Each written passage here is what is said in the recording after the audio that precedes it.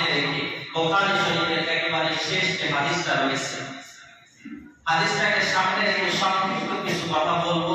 আল্লাহ পাক রব্বুল আলামিন আমাদেরকে আমলে নিতে শোনার তৌফিক দান করুন। সকলেই বলছি আল্লাহুম্মা আমিন।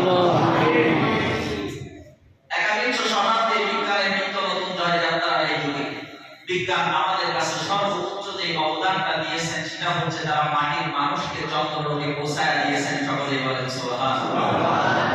আর আমার নয়নের মণি কলিজার টুকরা জনাব মুহাম্মদ রাসূলুল্লাহ সাল্লাল্লাহু আলাইহি ওয়াসাল্লাম, যার স্মরণে আছে এই সিরাজুল নবী, তিনি যখন এই পৃথিবীর জমিনে ছিলেন 1400 বছর আগে বিশ্বনবী